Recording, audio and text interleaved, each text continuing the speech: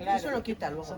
Pues bienvenidas a esta noche de los libros en Mujeres y Compañía, a la librería, heredera de la primera librería feminista de Madrid que se inauguró en 1978. En 1405, hace 619 años, Christine de Pisan, con la publicación de La ciudad de las damas, deslumbró al mundo con sus conocimientos, su sabiduría y su osadía. Esa edición de La ciudad de las damas fue una buena noticia para todas las mujeres. Si las mujeres hubiesen escrito los libros, estoy segura de que lo habrían hecho de otra forma, porque ellas saben que se les acusa en falso, dijo Christine de Pisan en 1399. Y yo tengo una mala noticia. Escondidos en los sótanos de un museo, amontonados en cajas en varios locales, 30.000 libros escritos por mujeres siguen esperando un espacio propio. Christine de Pisan habita en esta librería junto a otras muchas escritoras y están presenciando desde las estanterías de este hermoso homenaje, bastante satisfechas de todo lo que las feministas hemos conseguido, pero sin entender por qué lo escrito y publicado por las mujeres a lo largo de muchos siglos no tiene una ciudad. No, una ciudad no, simplemente una biblioteca. Si Marisa Mediavilla no hubiese iniciado en 1985 su recolección incalculable en número y en valor intelectual, no tendríamos ahora este precioso problema. Muchos libros hubiesen desaparecido. Muchos libros escritos por mujeres ya no están en la Biblioteca Nacional, han desaparecido, pero están en la Biblioteca de Mujeres. Tenemos todo lo necesario para rellenar una biblioteca de mujeres, nuestra ciudad de las damas, y esta noche podría ser el inicio de conseguir ese reto. Las que permanecemos en este empeño nos hemos sentido bastante solas. El movimiento feminista, entretenido con otros temas, nunca hizo gesto alguno para lanzar una campaña eficaz. El patriarcado, atrincherado en los parlamentos, ayuntamientos, ministerios y partidos políticos, hacen como sí, pero sonríen felices ante nuestra impotencia, disfrutando con este secuestro. Así que en el mostrador, las que quieran apuntarse su nombre y su email, podríamos intentar hacer una pequeña reunión dentro de un tiempo y ver si entre todas nos ocurre una buena estrategia para conseguir esa biblioteca. Y ahora gocemos de esta velada, queridas damas. Gracias.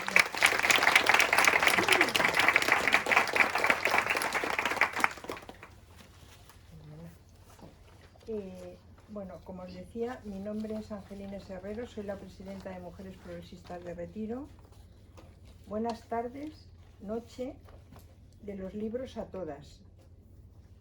Gracias en primer lugar a Mujeres y Compañía y a las libreras, que pusieron en marcha uno de los proyectos más interesantes en Madrid.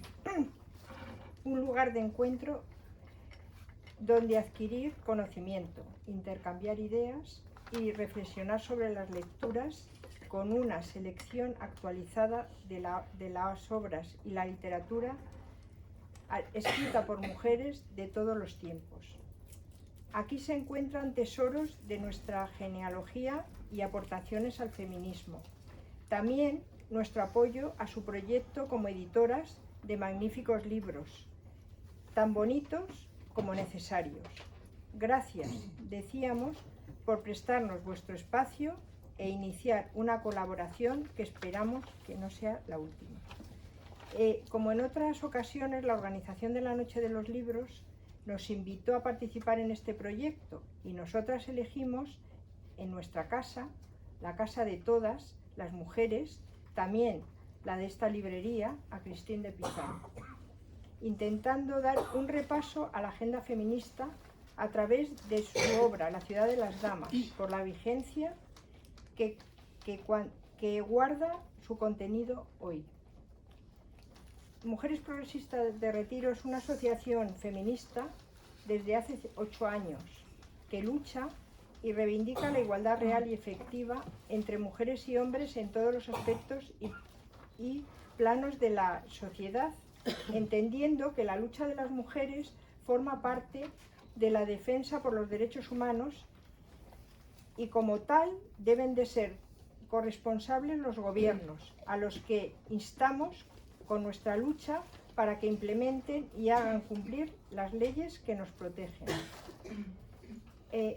No vamos a negar que a pesar de todo el feminismo ha adquirido una gran madurez, pero tenemos que resaltar que la actividad de las pensadoras que nos precedieron fueron desvelando herramientas y saberes que aún hoy aplicamos y han contribuido a crear una conciencia crítica totalmente necesaria, pues su significado y evolución es constantemente redefinida. En eso y para eso estamos todas esta tarde. Gracias a ellas, gracias a todas vosotras y bienvenidas a este acto, que tiene como eje principal una lectura dramatizada sobre algunos capítulos de los 3 libros que componen La ciudad de las damas. Os recomiendo su lectura y espero que disfrutemos con ella en esta celebración que es la Noche de los Libros. Para finalizar, os quería comentar que nuestro primer acto como Mujeres Progresistas de Retiro fue que participamos en el 2016 en la organización y lectura de este mismo libro en nuestro distrito de Retiro. Y para nosotras, es verdad, las que estábamos allí, Raquel, fue muy emotivo porque acabamos de empezar como asociación. Así que se cierra como un broche. Dice, ahora doy la palabra a Lourdes, a nuestra compañera Lourdes Fernández.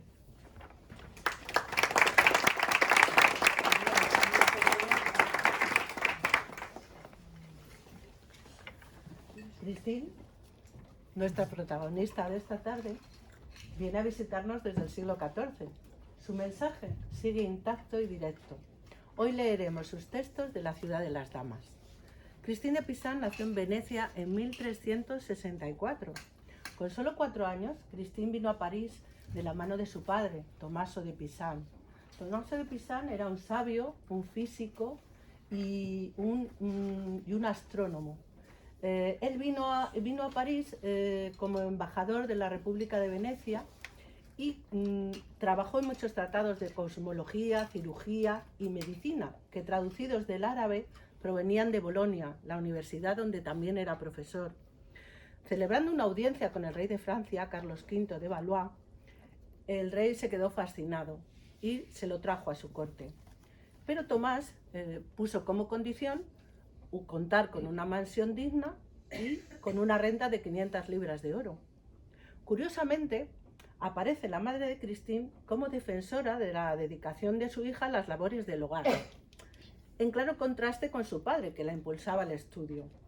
Pero yo creo que era una postura de la madre, porque fijaros, era hija también de un gran sabio, que era Mondino de Luci, que ya hacía autopsias en aquella época.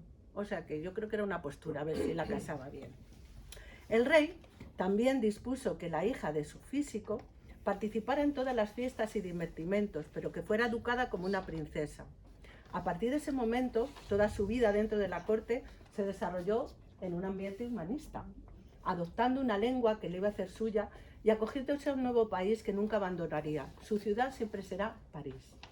Nos imaginamos a Cristín disfrutando de todos los libros de la Biblioteca Real en la Torre de la Halconería del actual Museo del Louvre. Hablaba latín, francés e italiano perfectamente. En 1300, ahí la tenéis, en 1379, a los 15 años, coronada de oro y enjollada, se casa con Etienne de Castel, que a los 24 años acaba de obtener el cargo de notario del rey. Pero ojo, es el pretendente que ella elige. Este año será precisamente un año horrible para la corte de Francia, porque muere la reina, Juana de Borbón, y al año siguiente muere el rey Carlos.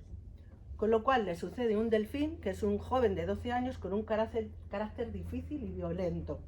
¿Qué supone eso? Que Tomás entrará en desgracia, a los pocos años morirá en 1387 cubierto de deudas y por la hora por él anunciada. Ya os he dicho que era astrónomo y adivino.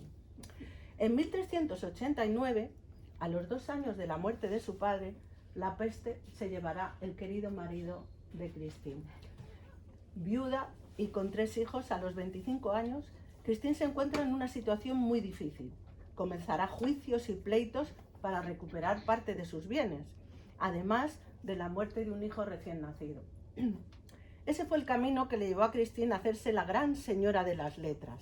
Por tanto, viendo que la justicia tardaría años en devolverle lo que le pertenecía, se encerró en su estudio. Su arma, su sabiduría y su pluma. Christine dejará el lirismo inicial de las baladas dedicadas a su esposo muerto para abarcar temas de dimensión tan trascendente como la condición femenina, la historia de las mujeres o el poder político, que se han conservado de ella 37 obras muy densas a lo largo de sus 39 años de vida profesional. Ha utilizado géneros tan didácticos como la epístola o la alegoría. En 1404, un año antes de escribir nuestro libro de la ciudad de las damas, ya escribe Mutación de Fortuna, su propia mutación, ya que Fortuna la convierte en hombre para pilotar su propia nave. La ciudad de las damas, este libro que tenemos esta tarde, es una historia de las mujeres y sobre todo un alegato en su defensa. Y empieza así. Sentada un día en mi cuarto estudio, rodeada toda mi persona de los libros más dispares, según tengo costumbre, puntos suspensivos, es una viuda valiente y se compara como Artemisa, Gismunda o Semiramis. Christine está en su estudio pensando y de repente la visitan 3 damas, que serán el hilo conductor del texto, y cada una de ellas protagoniza uno de los libros de la ciudad de las damas. Para ello recurrirá a 3 figuras alegóricas: razón, derechura o rectitud y justicia. Un dato importante de este libro es que se presenta incompleto o mal escrito. ¿Por qué? Por culpa de los autores masculinos. Son como una serie de piedras que habrá que tallar y colocar o desechar para levantar la ciudad a medida que se construye el texto. Y de esta forma terminar un recinto perfecto.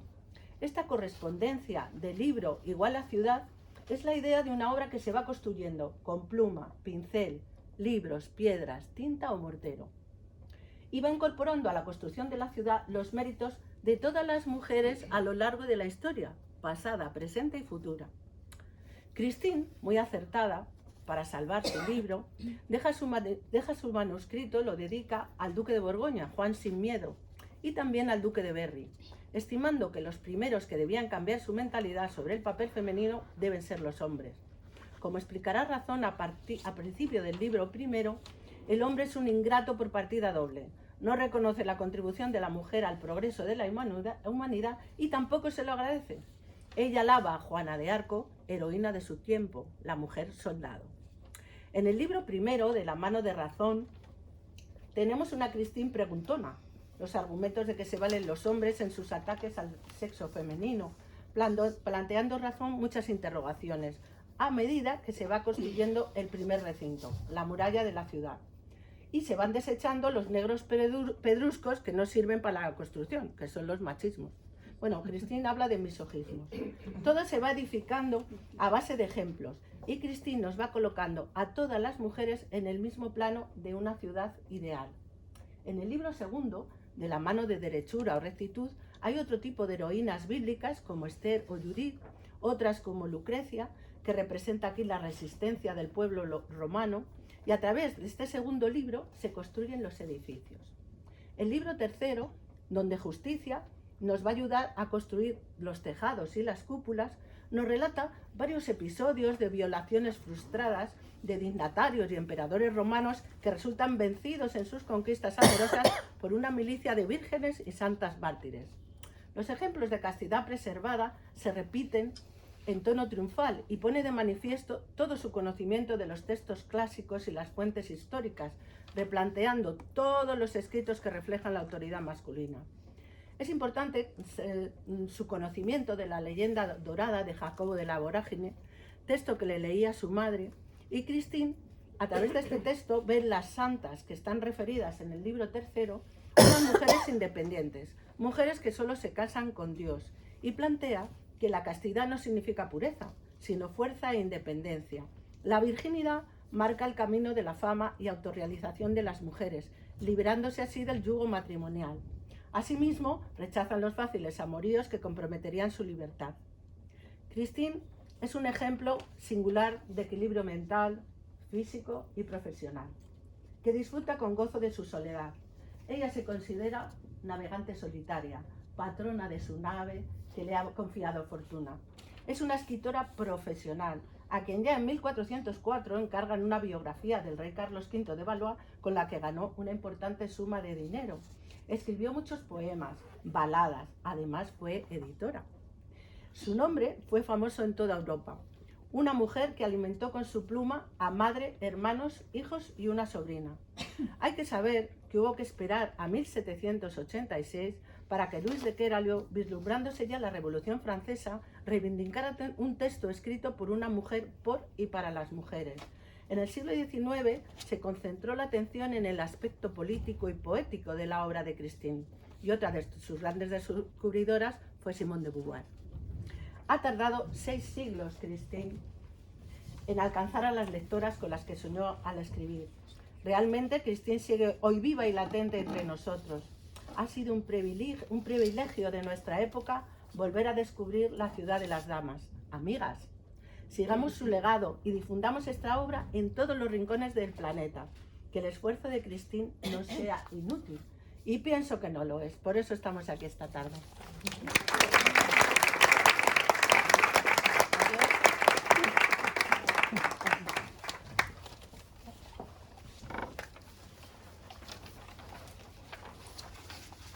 Bueno, buenas tardes a todas. Gracias por esta oportunidad de estar aquí reunidas. Yo voy a hablar de, ya sabéis, lo mío es el mito, y los que no lo sabéis, pues os enteráis hoy. Yo voy a hablar de las mujeres míticas en la ciudad de las damas, de Christine de Pizan, no de todas, porque son muchas, pero voy a dar unas cuantas pinceladas, o por lo menos voy a intentar hacerlo. En primer lugar, situémonos en el espacio temporal en el que Christine de Pizan se mueve, que es el Renacimiento. Cristina de Pizan vive entre 1368 y 1430, varían un poco las fechas según autores, pero es más o menos esa fecha. Yo la voy a comparar, no a comparar, a establecer una relación, una especie de pauta de diálogo con otro autor casi contemporáneo de ella, que es Boccaccio. Es el autor Giovanni Boccaccio, el poeta. ¿Qué pasa en el Renacimiento? ¿Qué pasa en el Renacimiento para que Pizan y Boccaccio se ocupen de los mitos? Pues pasa que históricamente el Renacimiento supuso un momento en el que la cultura europea, una vez transcurrida la Edad Media, vuelve su mirada al mundo clásico, a la filosofía, sobre todo a la filosofía helenística, a los mitos. Un momento en el que se lleva a cabo una recuperación del pasado para repensar su herencia, no simplemente para mirar hacia atrás, sino para transformar el presente a través de la mirada al pasado. Es una revisión de ese mundo perdido, pero recuperado para ser transmitido a la posteridad. Es en ese mundo en el que le toca vivir a Christine de Pizan. Y cuando leemos Su ciudad de las damas, nos encontramos un texto en el que mujeres históricas, reinas, damas, esposas de nobles que han existido realmente, se mezclan con mujeres soñadas por los poetas y por las poetisas. Los poetas firman, las poetisas no, pero tenemos que pensar que contribuyeron a las leyendas tanto o más que los poetas hombres. Y por lo tanto estas mujeres míticas, soñadas, se mezclan con las figuras reales de la historia que han existido. ¿Cómo se puede entender esto? ¿Qué función tiene esto en el libro y qué función tiene esto para la historia, para la recepción de ese libro? ¿Por qué las mujeres de la Biblia o de la Teogonía de Hesíodo o de la Ilíada de Homero conviven en la ciudad de las damas con las figuras reales que han dejado su impronta en la historia? La editora y traductora del libro, de esta edición magnífica que ha aparecido hace poco, pues la editora del libro, en esta primera edición en español, ya adelanta, al tiempo que desmiente, una primera hipótesis, una hipótesis que aparece reivindicada por unas profesoras de una universidad americana, estadounidense, Mis amigos americanos me dicen que diga Estados Unidos, porque los americanos son todos, y es verdad, así que estadounidenses. Pues bien, se podría pensar que Christine de Pizan escribe La ciudad de las damas para enfrentarse a Boccaccio, y concretamente para enfrentarse a un texto de Boccaccio que lleva por título De claris mulieribus, las claras mujeres, donde lo que hace Boccaccio, como todos los hombres de su época, pues es decir que las mujeres son viragos, que las mujeres están poseídas por la lujuria y, bueno, y que son la perdición del sexo masculino. Entonces es un libro claramente misógino. Lo que pasa es que esta aplicación convencional de todos los prejuicios de la época para explicar la intención que alienta y mueve la creación de la obra de Pizan no es ni mucho menos convincente, ni para la traductora, ni para mí, que estoy absolutamente de acuerdo con la traductora. Pero es indudable que hay que tener en cuenta el modo en que la sombra de Boccaccio planea sobre nuestra autora. Es indudable que Boccaccio está presente. Ahora bien, ese Boccaccio que Cristina de Pizan cita y al que se refiere en numerosísimas ocasiones, los que tengáis el libro, por curiosidad miráis las notas, y en las notas Boccaccio es casi uno de los autores más citados, pero no citados por el libro este, sino citados por otro libro, un libro que lleva por título La genealogía de los dioses paganos. Es ese libro en el que bebe Cristina de Pizan la información que necesita para hablar de sus mujeres míticas, para situarlas en su ciudad de las damas. Y aparece aquí un concepto que me parece interesantísimo, en el que yo no creo que se haya todavía recapacitado suficiente al hablar de Christine de Pizan, pero que me parece que debe dar, que es necesario que dé mucho juego, que es el concepto de genealogía. En esa obra de Boccaccio aparece este concepto, el concepto de genealogía, un concepto en el que hay que detenerse porque el concepto de genealogía es un concepto filosófico. Un concepto filosófico que se analiza a partir y enfrente del concepto de historia.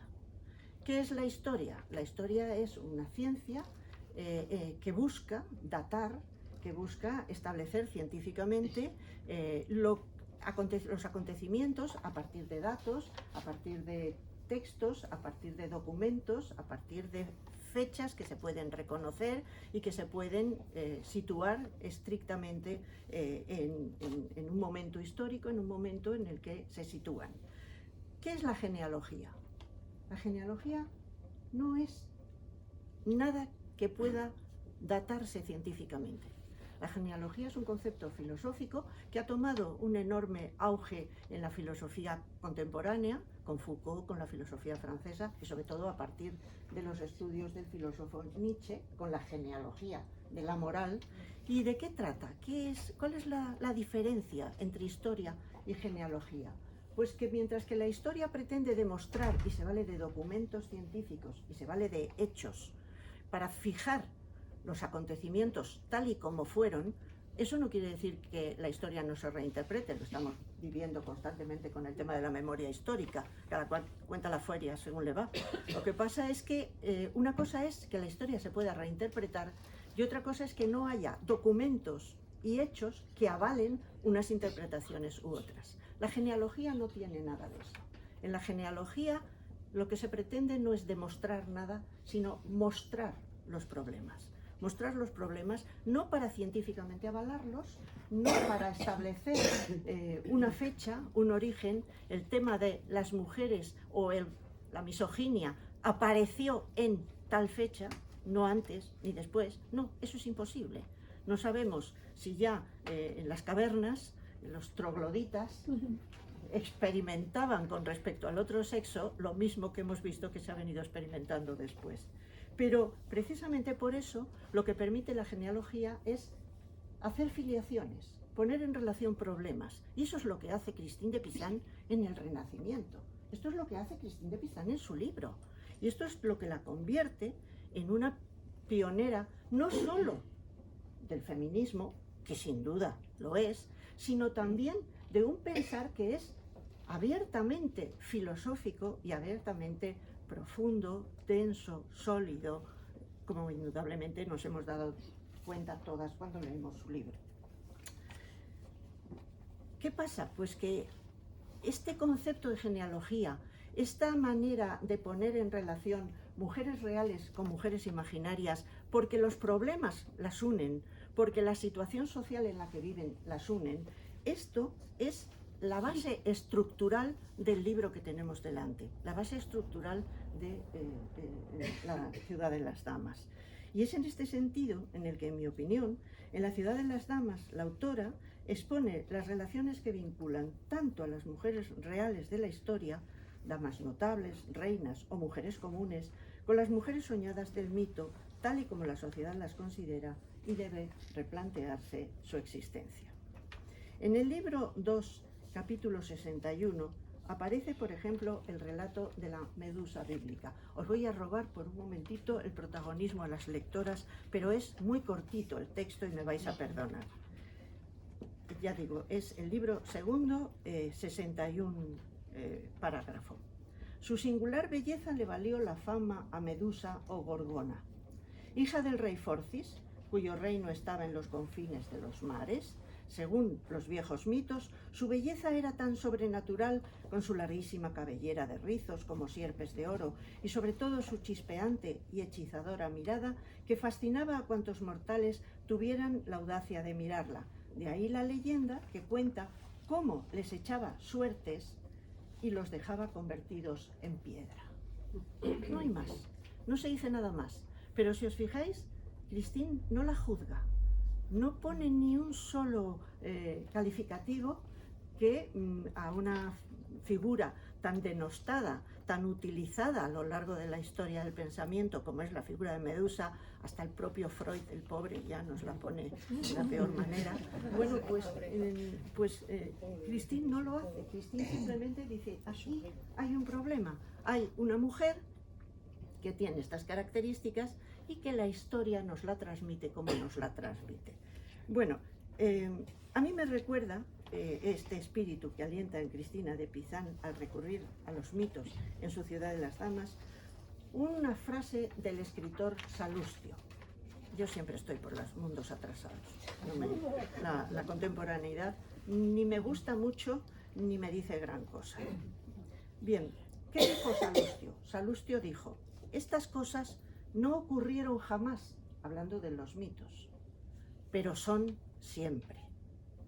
No ocurrieron jamás, pero son siempre. Las mujeres míticas que trata Cristina de Pizan no existieron, pero poseen la fuerza de transmitir verdades humanas eternas que ella supo reconocer y transmitir. Su obra es moderna, actual, rejuvenece con su lectura y muestra la excepcional inteligencia y cultura de una dama que rompió y rompe las barreras temporales de su época.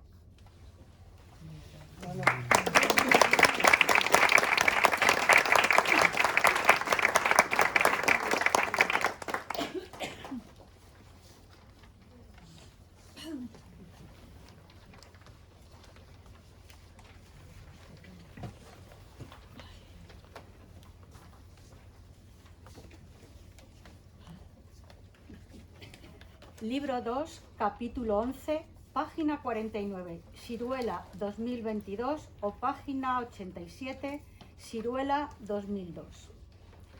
Reflexión sobre el acceso de las mujeres al mundo universitario, en concreto al judicial. Christine pregunta a razón por qué las mujeres están excluidas del sistema judicial. Respuesta de razón. Muy noble y venerada dama, vuestras explicaciones me satisfacen plenamente, pero decidme aún, si lo tenéis a bien, ¿por qué las mujeres no ejercen ante los tribunales, no instruyen juicios ni dictan sentencia? Dicen los hombres que es culpa de un mal gobierno de no sé qué mujer ante una corte de justicia. la malevolencia, hija mía, inventó esta historia pueril y sin fundamento. Si no siquiera saber las causas de todo, no acabaría nunca y no bastaría ni el propio Aristóteles, que tantas explicaciones dio en su Problemata e Categoria. Ampliando nuestro planteamiento, podríamos preguntarnos por qué Dios no quiso que los hombres hicieran trabajos de mujeres o las mujeres no hicieran trabajos de hombres. A esto hay que contestar que un amo inteligente y precavido distribuye en su hacienda los distintos trabajos domésticos y lo que es tarea de uno no le corresponde a otro. Así quiso Dios que el hombre y la mujer le sirvan de forma distinta, que prestan mutua ayuda cada uno a su manera. Por ello dotó a los dos sexos con la naturaleza y cualidades necesarias para cumplir con sus deberes, aunque a veces los seres humanos equivoquen sobre lo que les conviene. A los hombres Dios les otorgó la fuerza física, el valor para andar por la vida y hablar sin temor. Gracias a estas actitudes aprenden el derecho tan necesario para mantener el imperio de la ley en el mundo. Y si alguien se niega a respetar la ley establecida, cuando es promulgada conforme al derecho, hay que obligarle por fuerza y poder de las armas. Las mujeres no podrían recurrir a una vía tan violenta. Además, si es verdad que Dios concedió a muchas una inteligencia muy viva, sería impropio de la honradez que las caracteriza que fueran a querellarse ante los jueces por una mínima causa, como hacen muchos hombres, que se comportan de forma irresponsable. ¿Para qué mandar a tres entonces llevar un peso que dos pueden levantar fácilmente? Ahora bien, si con esto se quiere pretender que las mujeres no son bastante inteligentes para estudiar derecho, la experiencia demuestra lo contrario.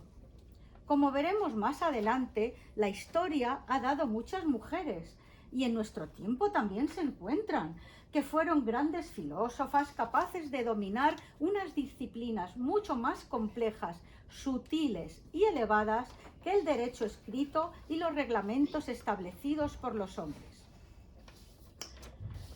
Si se quiere afirmar, por otra parte, que las mujeres no tienen ninguna disposición natural para la política o el ejercicio del poder, podría citarte el ejemplo de muchas mujeres ilustres que reinaron en el pasado. Para que te adentres aún más en esta verdad, te recordaré también que algunas coetáneas, que una vez viudas, llevaron muy acertadamente todos los asuntos tras la muerte de su marido, demostrando así que una mujer inteligente puede hacerse cargo de cualquier tarea.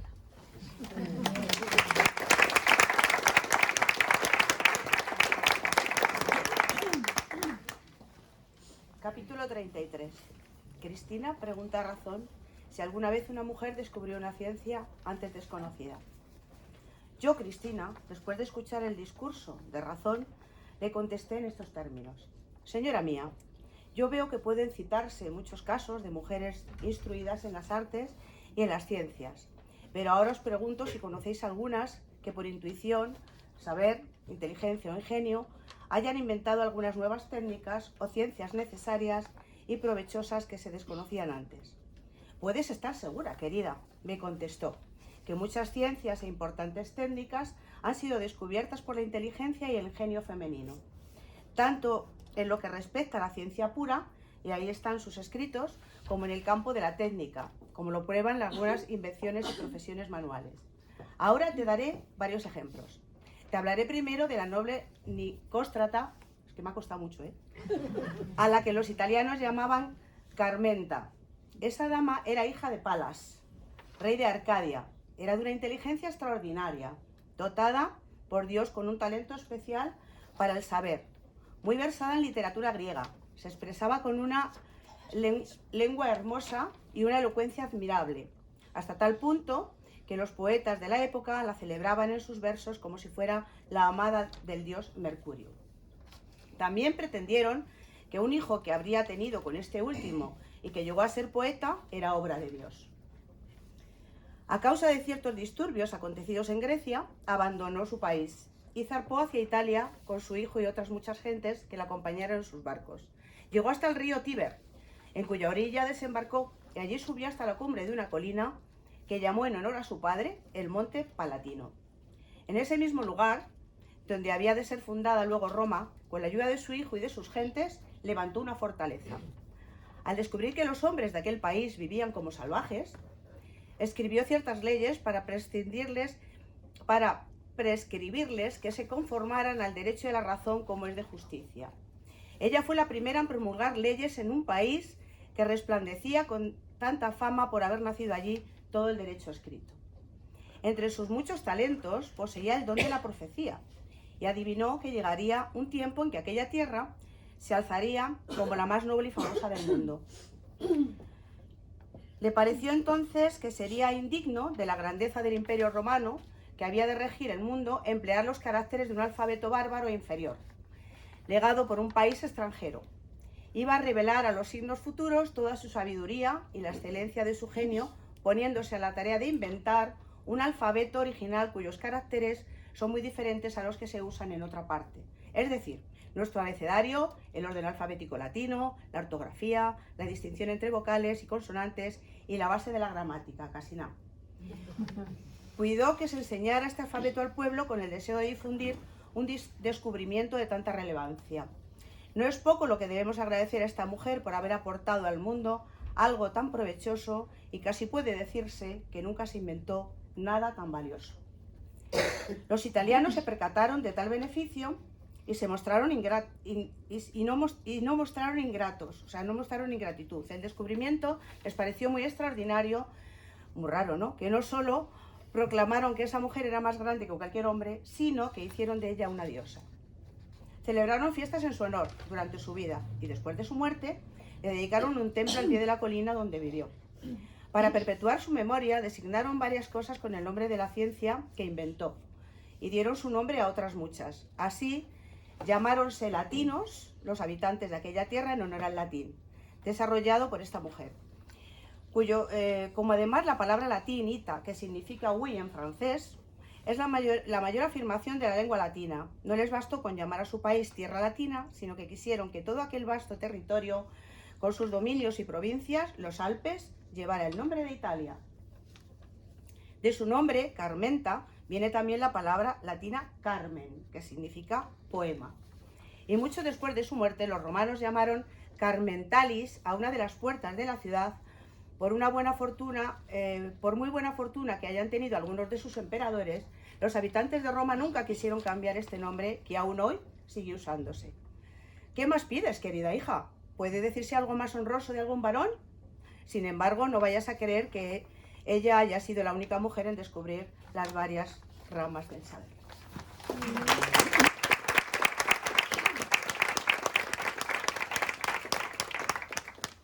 Libro 2, capítulo 37.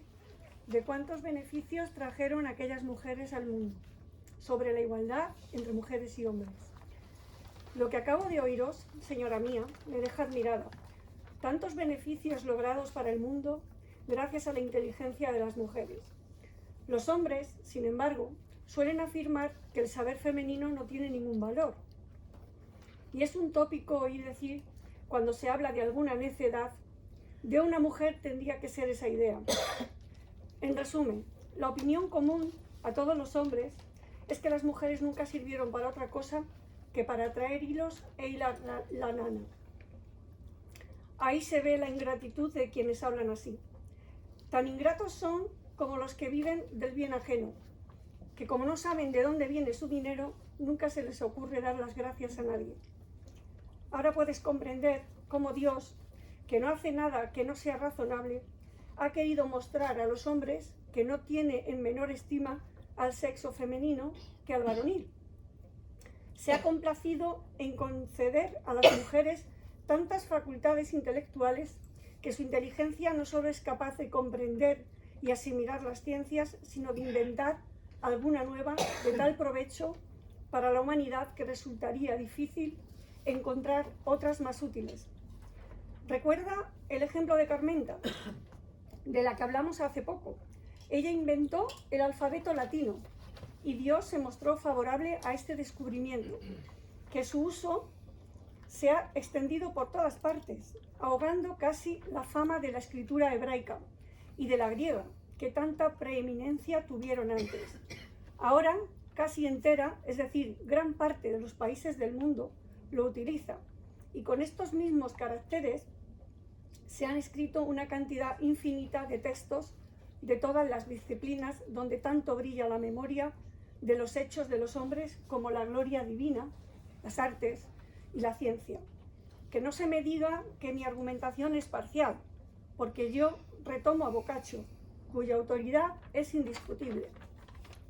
Así, ten por cierto que el bien que hizo Carmenta es inmenso, porque fue gracias a ella por lo que los hombres, aunque ellos no lo quieren reconocer, pasaron de la ignorancia a la cultura.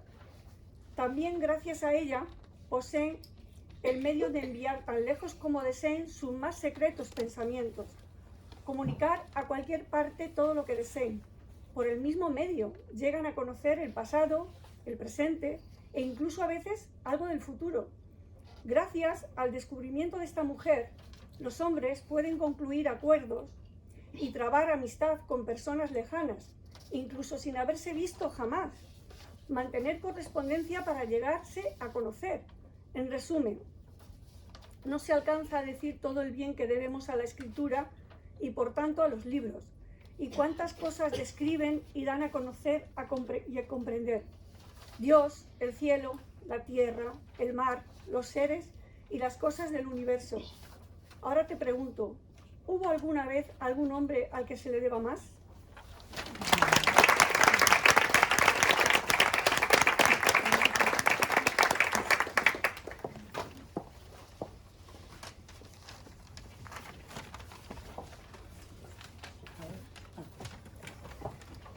Yo en el capítulo 2, Cristina pregunta si la naturaleza ha dotado a la mujer de templado juicio y discernimiento. Respuesta de razón. Dice, yo, Cristina, volví a tomar la palabra. Veo muy claro, señora mía, que Dios ha concedido a la mujer una mente capaz de comprender, conocer y retener todas las cosas de los más variados campos del saber. No es raro encontrar personas con un espíritu despierto y unas facultades intelectuales que les permitan comprender con facilidad todo lo que se les enseña. Con solo aplicarse al estudio, alcanzan un gran saber. Ahora bien, se ve a muchos sabios, incluso algunos famosos y muy cultos, que carecen del mínimo juicio en su vida privada, cosa que siempre me sorprende profundamente porque no cabe duda de que las ciencias son muy formativas y enseñan a vivir con cordura. Ahora que me he convencido por vuestros ejemplos y mi propia experiencia de que las mujeres pueden estudiar las ciencias más difíciles y todas las ramas del saber, quisiera que dijerais, señora, si la mente femenina es capaz de buen juicio y discernimiento para decidir lo que hay que hacer o dejar de hacer, ¿es la experiencia de que guía a las mujeres para que aprendan a enjuiciar su conducta presente a la luz de su pasado? ¿Los asuntos del presente les enseñan a discernir mejor lo que les reserva el futuro?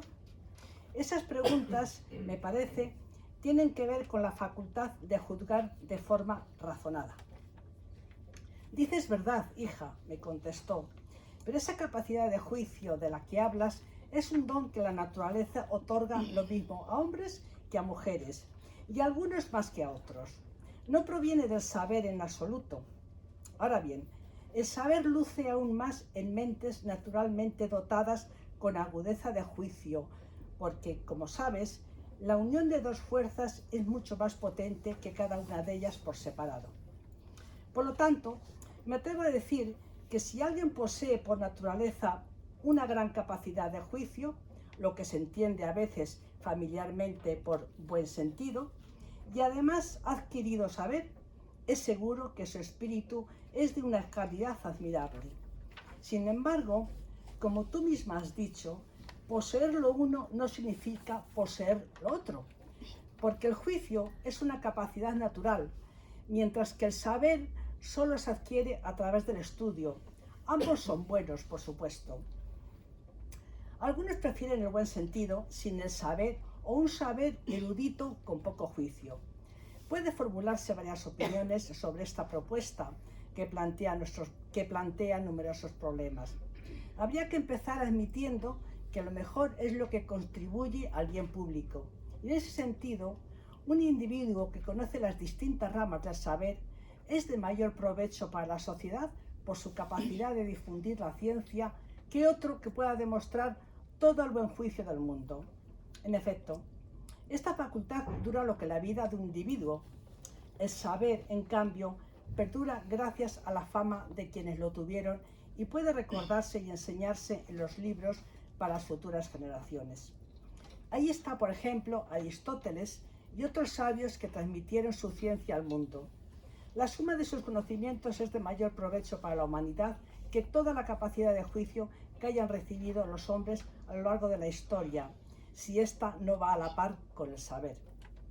También puede decirse que reinos e imperios solo se mantienen a fuerza y prudencia y buen gobierno, pero aún así se trata de cosas transitorias. Dejemos ahora este tema para que otros sigan debatiendo, porque no tiene que ver con la construcción de nuestra ciudad. Vuelvo, en cambio, a lo que me has preguntado, es decir, si la mujer posee naturalmente capacidad de juicio. Claro que la tiene. Con lo que te comenté deberías saberlo, pero además, por experiencia, puedes verlo en la forma en que las mujeres en general llevan a cabo las tareas que se les confía. Observa y verás que todas, o casi todas, administran las cosas de su casa con sumo cuidado y diligencia. Se ocupan de todo con tan buen gobierno que hasta algunos maridos despreocupados se enfadan pensando en ellas, creyendo que valen más. Intentan manejarlos e insisten demasiado para que ellos hagan frente a sus obligaciones. Así, lo que algunas mujeres dicen a sus maridos con la mejor intención se vuelve en su contra. De las mujeres juiciosas habla precisamente el libro de los Proverbios en la Epístola de Salomón.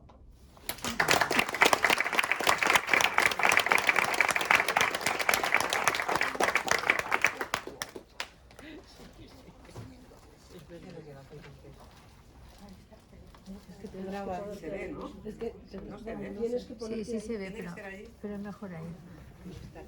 todas ahí. María en segundo plano, todo el rato. Libro segundo, capítulo séptimo, donde Cristina charla con derechura, páginas 115 y página 163. Sobre los cuidados son tanto de hijos como de hijas. Señora mía, ahora que veo y entiendo hasta qué punto es justa la causa de las mujeres, hay que dejar bien claros los errores de quienes las acusan. Ahora no puedo callar una costumbre muy frecuente en los hombres e incluso en algunas mujeres. Cuando ellas dan a luz a una niña, ocurre a menudo que sus maridos protestan y se quejan de que no haya sido niño.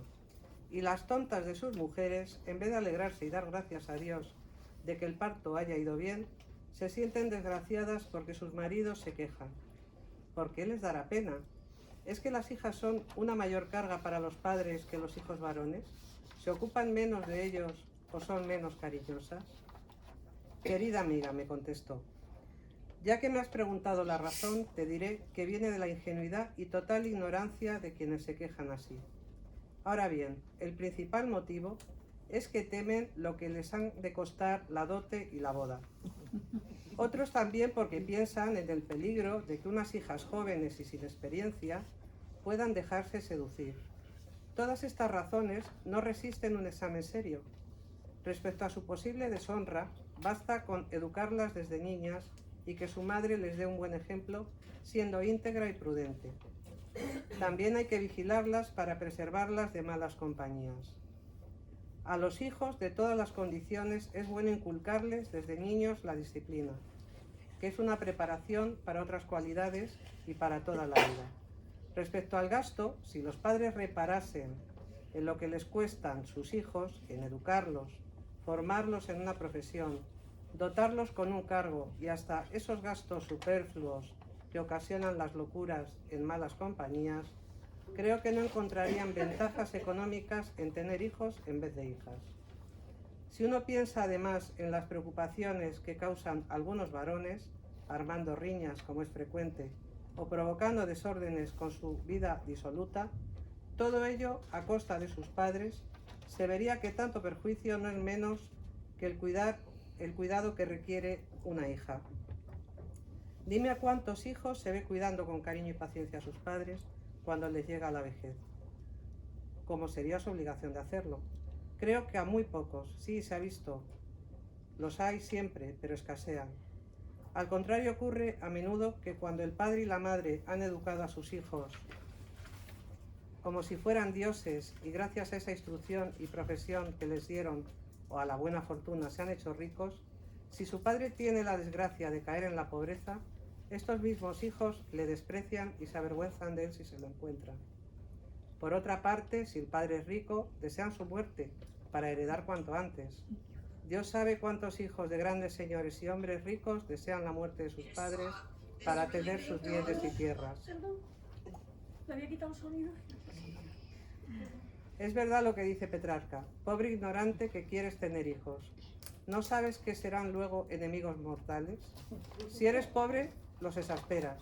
Desearán tu muerte para que te quites de su vista. Y si eres rico, desearán lo mismo para heredar tus bienes. No digo que todos sean así, pero hay muchos. Y si estás casado, ¿con qué avidez querrán sacarles el dinero a sus padres? Poco les importa que se mueran de hambre. Vaya una forma de ayudarlos. ¿Cuántas madres ya viudas, para quien los hijos deberían ser un apoyo y una alegría en la vejez, ellas que tanto les han querido, educado y mimado, ven así premiadas sus penas? Estos hijos indignos piensan que todo debería ser suyo, y si sus madres viudas no les dan todo lo que piden, no dudan en hundirlas con ofensas, faltarles al respeto e incluso algunos se atreven a ir a juicio contra ellas. Este es el premio por haber dedicado su vida a sacar adelante a sus hijos. Podría darse el caso de algunas hijas indignas, pero si haces un recuento verás cómo se da más en los hijos. Aunque todos los hijos fueran buenos, es más fácil ver a las hijas quedarse al lado de sus padres. Los cuidados. Visitarlos a menudo, cuidar de ellos en la enfermedad y en la vejez. La razón es que los hijos andan dando vueltas por el mundo, mientras que las hijas no suelen alejarse tanto, como puedes ver con tu propia experiencia. A tus hermanos no les falta bondad o amor filial, pero se han marchado lejos y te han dejado sola con tu madre, lo que para ella es una compañía maravillosa en la vejez. Puede llegarse a la conclusión de que los que se ponen tristes cuando les nace una niña son los insensatos. Ya que estamos con el tema, deja que te hable de algunas mujeres que la historia recuerda por haber dado a sus padres pruebas de un amor filial.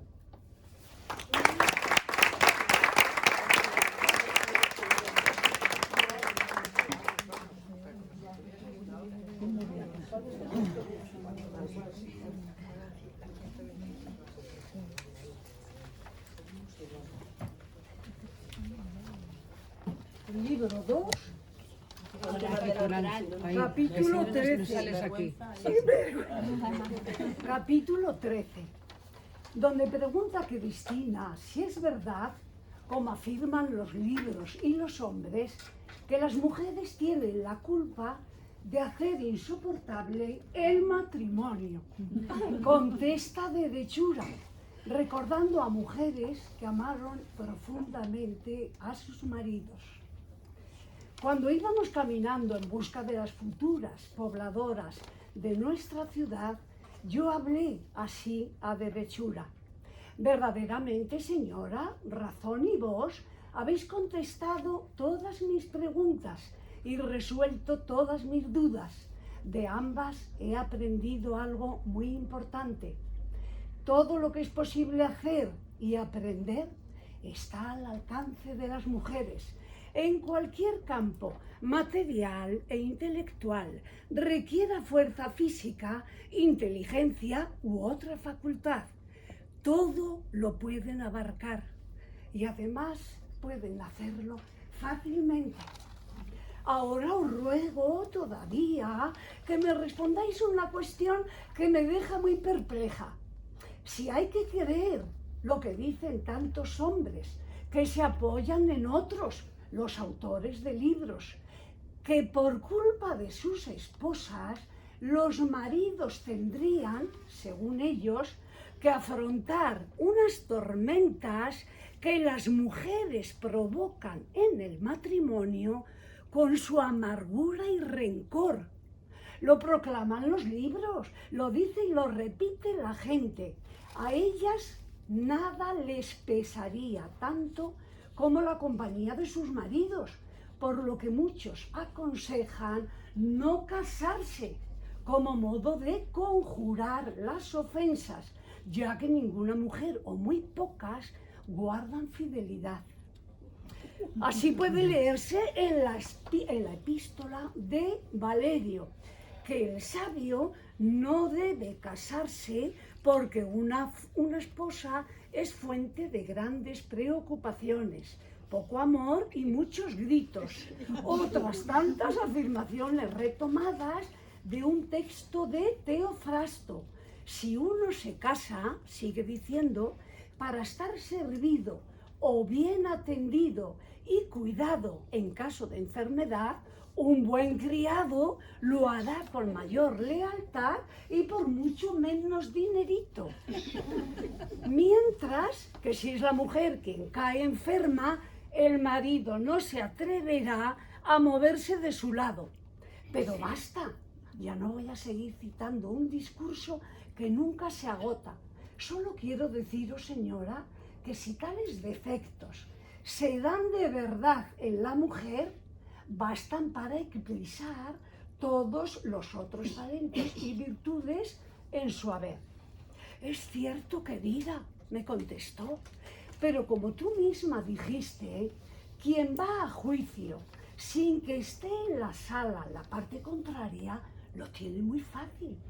Puedo asegurarte que esos libros no fueron escritos por mujeres. Estoy segura de que si uno se molestara en recoger información sobre hechos de la vida doméstica para escribir un libro conforme a la verdad, descubriría algo totalmente distinto. ¿A cuántas mujeres podemos ver, y tú conoces alguna, querida Cristina, que por culpa de la crueldad de un marido desgastan sus vidas en la desgracia, encadenadas a un matrimonio donde reciben peor tratamiento que las esclavas de los moros? Dios mío, cómo les pegan a todas horas y sin razón. Cuántas humillaciones, ataques, ofensas, injurias tienen que aguantar unas mujeres leales sin gritar siquiera para pedir ayuda. Piensa en todas esas mujeres que pasan hambre y se mueren de pena en unas casas llenas de hijos, mientras sus maridos se enfrascan y andan vagando por todos los burdeles y tabernas de la ciudad. Y todavía cuando ellos vuelven, ellas pueden recibir como cena unos buenos golpes. Dime si miento, y si no es el caso de algunas vecinas tuyas. Es cierto, señora, le contesté. He visto a muchas que sufren así y es una gran pena. Ya te creo. Y encima hay que oír hablar de maridos desconsolados. Pero estos, querida, dime, ¿dónde están? Mira, Cristina, creo que no es necesario seguir para que te enteres ya. Todas las necedades y tópicos que se cuentan sobre las mujeres son mentiras. Han sido inventadas y están siendo forjadas todavía hoy a partir de la nada y en contra de toda verdad, porque son los hombres los que mandan sobre las mujeres y no éstas sobre sus maridos. Ellos jamás lo soportarían. Por otra parte, te aseguro que las disensiones no se dan en todos los matrimonios. Hay parejas que viven en armonía, llevándose ambos con amor y fidelidad, tranquila y razonablemente. Hay maridos malos, pero los hay honrados, excelentes y prudentes. Las mujeres que se los encuentran han nacido con buena estrella y deben agradecer al cielo tanta felicidad.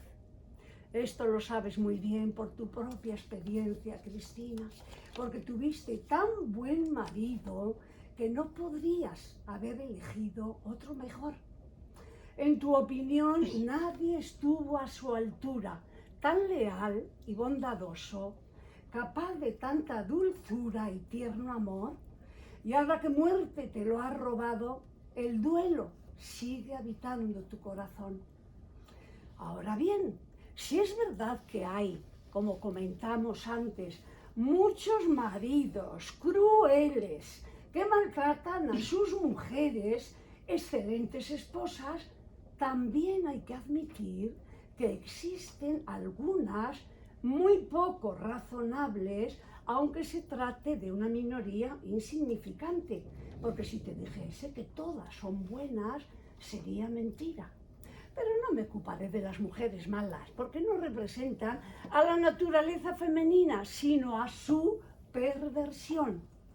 Volviendo a la bondad de las mujeres y a la cita anterior de Teofrasto, donde afirma que, en caso de desgracia o enfermedad, un hombre estaría también atendido o mejor por su criado, son muchas las mujeres que se desviven por sus maridos, enfermos o sanos, a quienes quieren con un amor que parece verdadera adoración. Dudo que se hallen muchos casos a la inversa. Para seguir con el tema te dejaré ejemplos de mujeres que llegaron hasta la suprema fidelidad en el amor. Ahora hemos vuelto a nuestra ciudad en compañía de las mujeres dignas y de gran mérito que aquí se albergarán. En el palacio que hemos preparado para ellas acogeremos en primer lugar por su valía, porque su valía se remonta a tan antiguo tiempo, a la noble reina Ipsicratea, esposa del rey Mitrídates.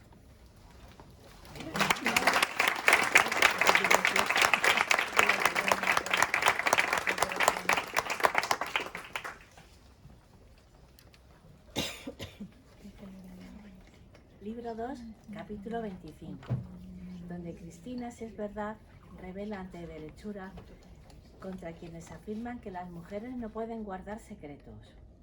La dama contesta... La dama contesta con el ejemplo de Porcia, hija de Cantón, página 136 y página 185.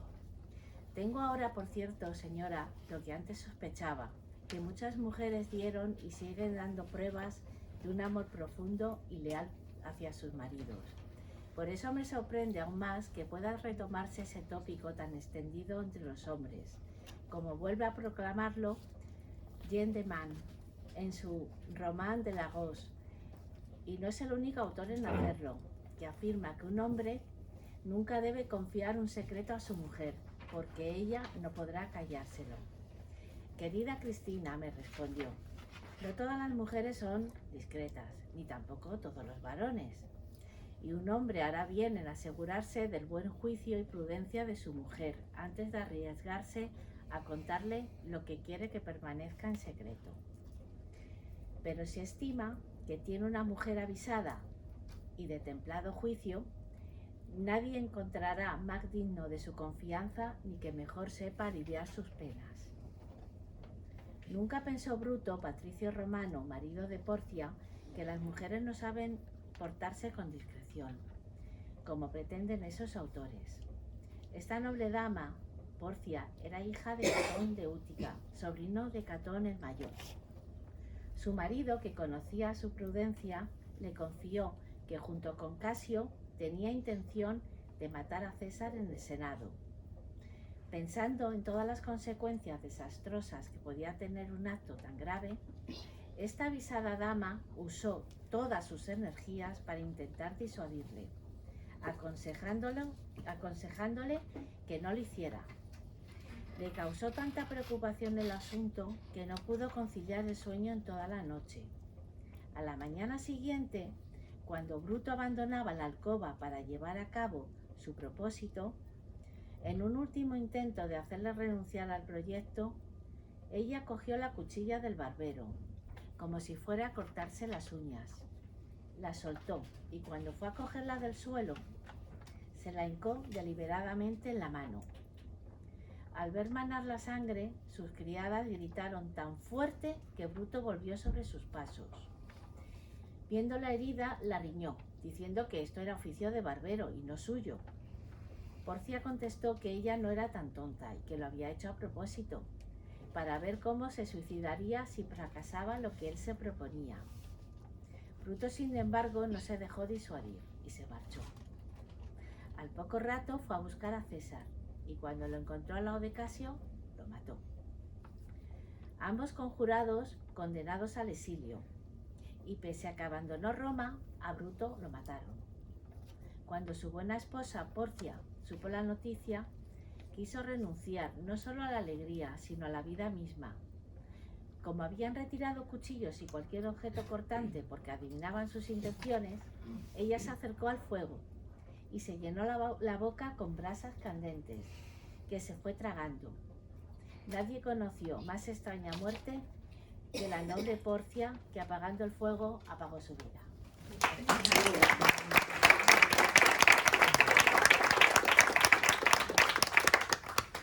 Bueno, yo soy Cristina Fusión.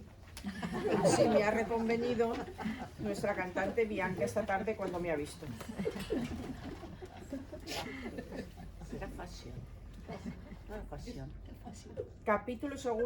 Libro segundo, capítulo 30, de todos los beneficios que trajeron y siguen trayendo las mujeres al mundo. Yo, Cristina, dije, veo, señora mía, cuántos beneficios han supuesto para el mundo las mujeres. Sin embargo, los hombres siguen afirmando que ellas son fuente de todos los males. Querida Cristina, me respondió, por lo que has escuchado, puedes ver tú misma todo lo contrario. No hay hombre que pueda calcular en cifras la suma de servicios que han prestado y siguen prestando cada día las mujeres. Has tenido la prueba, con lo que tantas damas aportan a las artes y a las ciencias. Pero si te basta con los bienes materiales, te hablaré de los espirituales. ¿Habrá hombre tan ingrato como para olvidar que fue una mujer quien abrió la puerta del paraíso? Hablo claro, está, de la Virgen. Como ya antes recordé, gracias a ella, Dios se hizo hombre. Tampoco puede olvidarse todo el bien que las madres han hecho a sus hijos y las mujeres a sus maridos. Pero miremos en el campo espiritual. Por ejemplo, la antigua ley judaica. Si lees la historia de Moisés, verás cómo una mujer lo salvó de la muerte, como ahora te recordaré. Cuando los judíos eran esclavos de los reyes de Egipto, corría una profecía según la cual nacería del pueblo hebreo un hombre que redimiría a Israel. Cuando nació el noble jefe Moisés, su madre no se atrevió a criarlo y se vio obligada a abandonarlo en una pequeña cesta que confió a las aguas del río. Como Dios salva lo que quiere salvar, quiso que la hija del faraón estuviese precisamente a orillas del Nilo, entreteniéndose cuando pasó la cestita. Curiosa por saber lo que contenía, mandó que se la trajese. Se alegró al ver ese precioso niño y decidió criarlo, diciendo a todos que era suyo. Milagrosamente Moisés no quiso tomar el pecho de una mujer de otra religión. Ella tuvo que confiarlo a una judía para que lo amamantara. Llegado a la edad adulta, el elegido de Dios recibió las tablas de la ley y salvó a los judíos de los egipcios, guiándolos hacia Israel a través del Mar Rojo. Este gran beneficio solo pudo ocurrir gracias a la intervención de una mujer.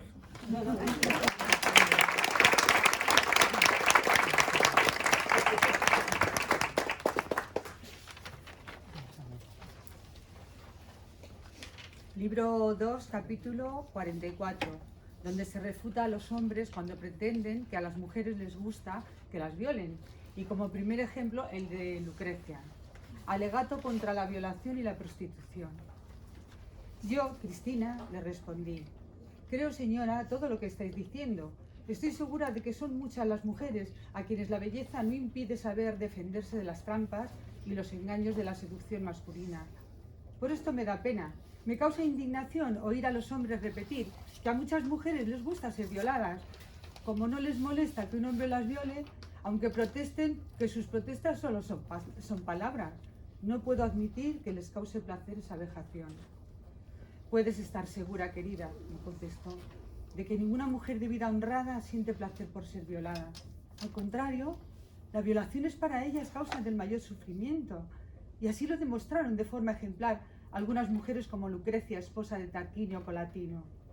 Otro Tarquinio, apodado el Soberbio e hijo del rey Tarquinio el Mayor, se enamoró ardientemente de la noble Lucrecia, pero como la veía tan casta, se percató de que nada lograría con ruegos y dádivas e intentó poseerla por la astucia y el engaño. Se ganó la amistad del marido para poder acercarse a su casa sin despertar de celo, y un día, que sabía que éste estaba ausente, se fue a visitarla.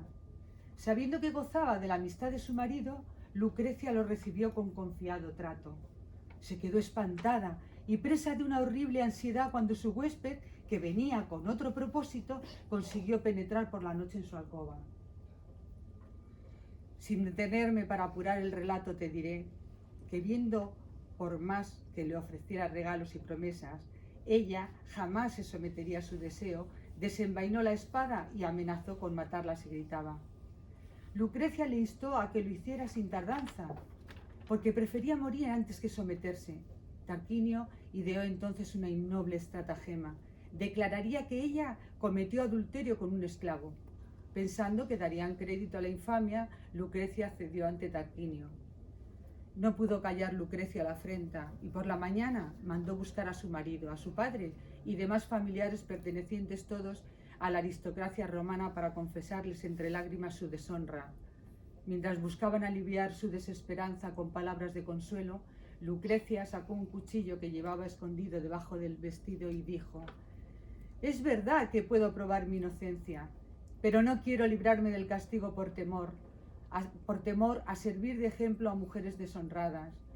Con esas palabras hundió violentamente el cuchillo en su pecho y derrumbóse mortalmente herida a los pies de su marido y amigos, que inflamados por la ira salieron en busca de Tarquinio. Toda Roma se conmovió por su causa, destronaron al rey y de haber encontrado a su hijo habría sido hombre muerto. Desde entonces ningún rey volvió a reinar en Roma. Dicen algunos que fue la violación de Lucrecia lo que impulsó a promulgar una ley que condenaba a muerte a todo hombre que violara a una mujer, lo que no dejaba de ser una condena legítima y justa.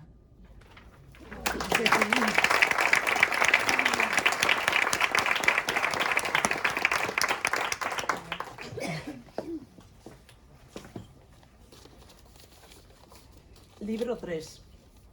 Aquí acaba el libro. Cristina se dirige a todas las mujeres. Honorables damas, queda terminada la construcción de esta ciudad que os acogerá. Vosotras, que os preciáis de virtud, dignidad y fama, seréis bien recibidas en una ciudad levantada y edificada para todas las mujeres, las de ayer, hoy y mañana. Queridas hermanas, es natural que el corazón se alegre cuando ha rechazado la agresión venciendo a sus enemigos. De ahora en adelante, queridas amigas, tendréis motivos de alegría al contemplar la perfección de nuestra ciudad, de la ciudad nueva, que si la cuidáis será para todas vosotras, mujeres de calidad, no solo un refugio, sino un baluarte para defenderos de los ataques enemigos. Como veis, ha sido construida con materiales tan brillantes que podéis veros reflejadas en sus resplandecientes edificios, sobre todo en sus altos techos y doradas cúpulas. Termina así mi trabajo desde aquel día que, sentada en mi estudio, rodeada de mi persona, de los libros más dispares, según tengo costumbre, ya que el estudio de las artes liberales es un hábito que rige mi vida, yo, que he nacido mujer, me puse a examinar mi conducta y mi carácter, y también el de otras muchas mujeres que he tenido ocasión de frecuentar, para no fiarme más del juicio ajeno y exponer lo que sentía y sabía en mi ser propio de mujer. No encontré ningún texto exento de misoginia, al contrario, filósofos, poetas, moralistas, todos hablaban con la misma voz para llegar a la conclusión de que la mujer era mala por esencia y naturaleza. Esos argumentos me llevaron a la conclusión de que no hay una suerte de saber enciclopédico y que, en claro contraste, muchos ejemplos reforzarían otros argumentos, pues las mujeres deberían estrenar el alma que se le había sido negada y con la fuerza de un discurso ilustrado clausuraría sus efectos negativos y abriría nuestra liberación. Es infinito el número de mujeres de todas las condiciones que dieron pruebas de gran poderío y constancia sin par. Me parece que hoy ya he cumplido con mi promesa de rematar los más altos edificios de la ciudad y llenarla de mujeres de gran mérito. Las últimas en llegar servirán de puertas. Aunque no las cite a todas, encontrarán su lugar en esta ciudad de las damas, de la que podrá decirse gloriosa dicta súndete, tal como os prometí. A todas vosotras, mujeres de alta, baja y media condición, que nunca os falte conciencia y lucidez para poder defenderos cuando algunos hombres os acusen de los peores defectos. Quitadles las máscaras. Rechazad a los hipócritas y sus falsos discursos, porque nos tienen, ya lo habéis visto, por frágiles, frívolas o fácilmente manejables. Cuán cierto es, amigas mías, que cuanta mayor envergadura moral tenga una persona, menos vanidad alcanza. Que ninguna de vosotras se obstine en defender ideas frívolas. Os pido que vuestra finalidad sean hechos razonables en compañía de razón, derechura y justicia, ya que la autoridad de su voz será nuestro discurso. Alegraos, pues, apurando gustosamente el saber y cultivad vuestros méritos. Así crecerá nuestra ciudad. Yo, Christine, que me puse a vuestro servicio, os pido, damas mías, perseverar en mi esfuerzo y extiendo a todas vosotras la gracia de disfrutarlo. Y ahora añado, para dar peso a estas palabras, sigamos combativas, siempre en su argumento principal, sin ideas yuxtapuestas, cualquiera que sean sus intenciones gozosas del cuerpo femenino, proclamando y escribiendo la historia de las mujeres para su reconstrucción y su reformulación en progresión hacia una genealogía que nos instale definitivamente en una igualdad real y efectiva, sin tener que proclamar que tenemos los mismos derechos en una sociedad donde hombres y mujeres deben ser tratados por igual.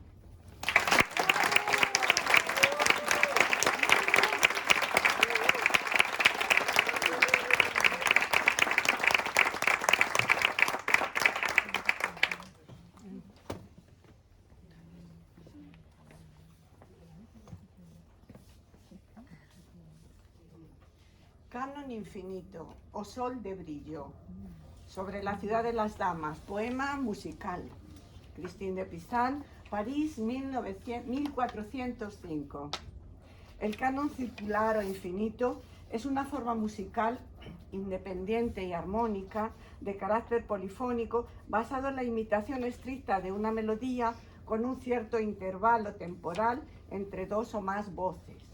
Auditivamente se percibe que una voz persigue a la otra de manera indefinida, repitiendo la misma melodía, aunque de forma escalonada, para dar una sensación de percusión canónica. Christine de Pizan vivió en la época del amor cortés y empezó escribiendo baladas.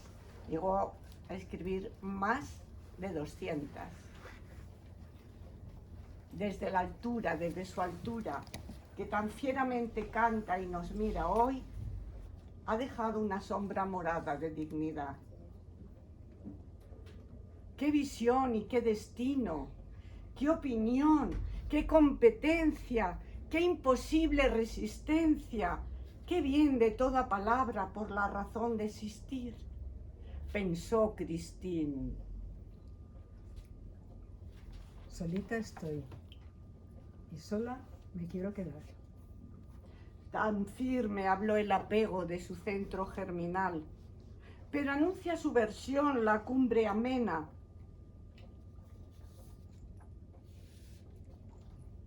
Que no me impute arrogancia el hecho de atreverse yo. La ciencia de la rosa es su querella, y la gracia y la justicia merecida se inclinan al oír la maravilla. Pues la vida es soberana, me propuse decidir apurando las ideas. En su continuo estallar, doblega y toma corona la espiral del canto ameno, los hilos del movimiento, la cuerda de un gran poema y un sonido de confines atento a un motivo nuevo. Oh mano amiga que guiaste, para nosotras destreza. Apurar todo el saber y tened por cierto que enseguida os mostraré causas para refutar. Sobre un yo que nos precede, era negro corazón pasar. No creo que tantas lágrimas puedan derramarse en vano. Del astro de la confusión surgieron los intervalos. Proclamó Christine de nuevo. Cava profundamente con las layas de la razón y construye con la paleta de tu pluma. Y activas como el deseo, deslumbrantes, de golpe enaltecidas, la victoria esperada en las palabras, por la voluntad de nombrarlas. Cruzó un fulgor obstinado. Oculta en la niebla voy. Golpea en la boca el alba, sensible tono de empeño, eclipsando las murallas de un cielo que no es igual. En la ciudad de las damas, nunca más del mismo modo. Entre su blanco y su afán, sabiamente en su actitud, dijo a la rosa, flor suprema de pétalos lacerada. Llorar de espinas la libertad. Junto a la tierra celeste, sobre los muros de imán, su voz es la voz que no calla, sombra crecida donde la nieve, dialogante, poderosa, tan armada. En la ciudad un sol de brillo espeja conocimiento sobre claros y lagunas, conciencia de las batallas, memoria de las mujeres.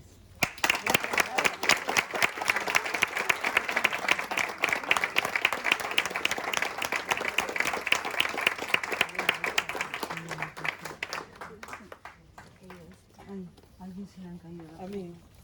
Y para cerrar el acto, vamos a escuchar a capela Me pareció que parecía a Bianca Lafoxo, vale, la voz femenina del dúo Ieri, de música electroacústica.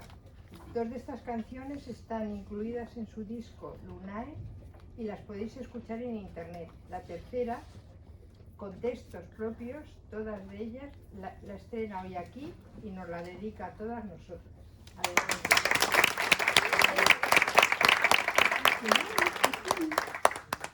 Bluetooth mode. Bueno, aprovecho un momento para indicar esa capela, pero me he permitido hacer como una pequeña base, ¿vale? De acompañamiento. Bueno, espero que os guste y bueno, pues nada, disfrutar. Muchísimas gracias.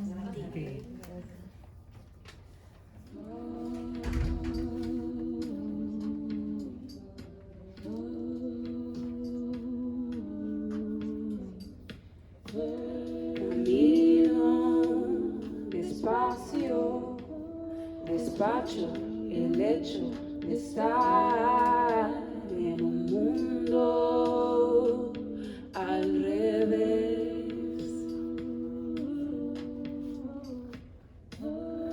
Canto y no veo lo que tú ves. Entiende que no soy una pared. Veo que al final todo va a cambiar. Y tú no estás presente, mi madre. Pienso que estoy bien y los espejos mienten en mi mente, ellos mienten. Pienso que yo no creo bien en lo que voy a hacer.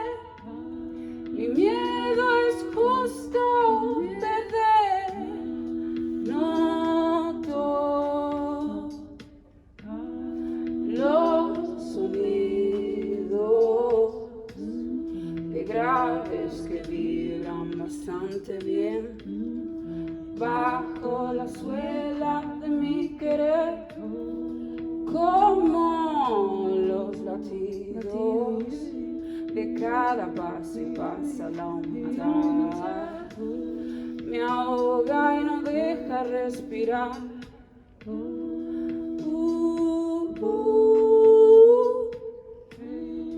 Pienso que estoy bien. Los espejos mienten, mienten en mi mente, ellos mienten en mi mente. Pienso que yo no creo bien en lo que voy a hacer. Mi miedo es justo perder.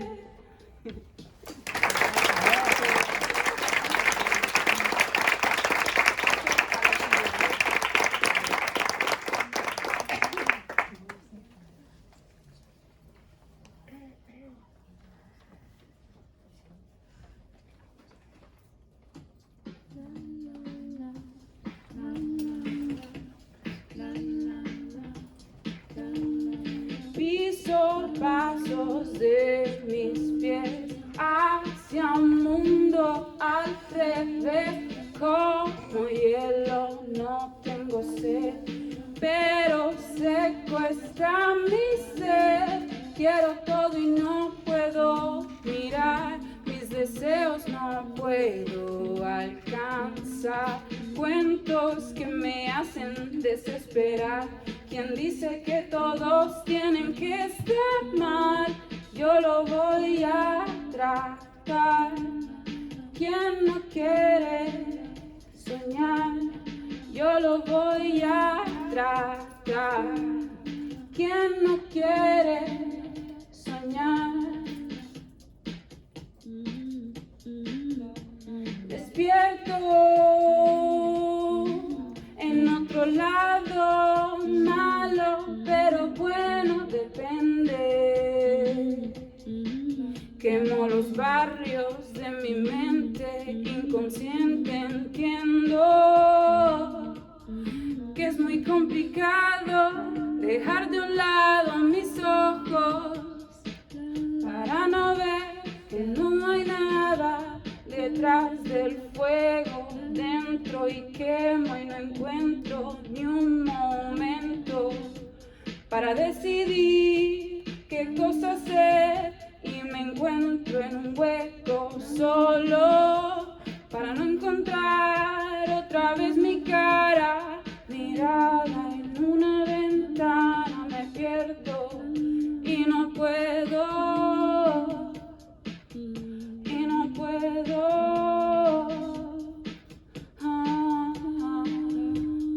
Quiero todo y no puedo mirar, mis deseos no puedo alcanzar. Cuentos que me hacen desesperar, cuentos que me hacen desesperar. Y no encuentro salida en esta movida. Yo toda sola, tú toda vida. Quien dice que todos tienen que estar mal, yo lo voy a tratar. Quien no quiere soñar.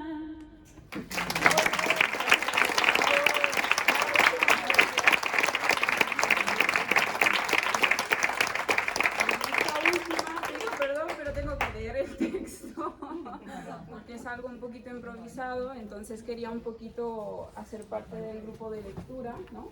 Y pues yo también pues voy a ver el teléfono. Perdonen.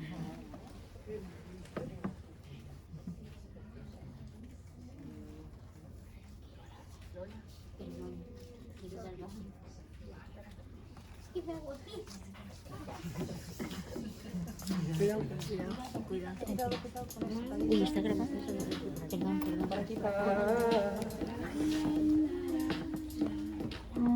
Espero que no sea otro día de ilusiones y fantasías. Me faltan ganas para crear lo paralelo a mi mundo real. Como viento insulto miedos, hojas caen como suicidios.